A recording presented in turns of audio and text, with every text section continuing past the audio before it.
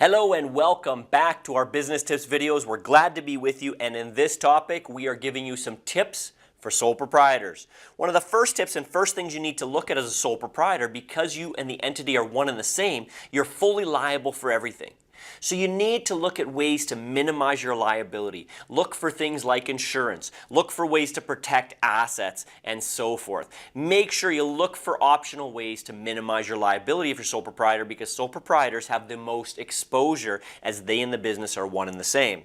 Secondly is you want to maximize your expenses as a sole proprietor, because the more you can deduct for expenses, the less your income shows, the less tax you pay.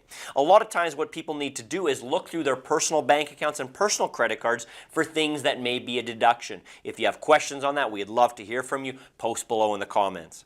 Another thing that's important for sole proprietors is you can use any losses you have to apply against other income on your tax return to maximize any refunds, to get tax refunds. So if you're at a job and you have a full-time paycheck and they deduct taxes off, and on the other side you're running a sole proprietorship but you're running losses because you're writing off home office, vehicle, computer, cell phone, and so forth, you're having this loss, you can apply that loss against your total income and therefore get some of the money you paid back on your employment income. That's one example, but make sure to maximize those expenses and make sure to maximize any losses and refunds that you could get back.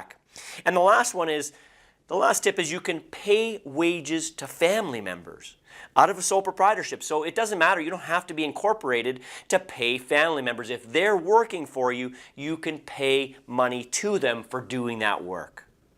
If you have any questions or comments, we'd love to hear from you. Thanks for being a part of the business tips, and we'll see you in the next video.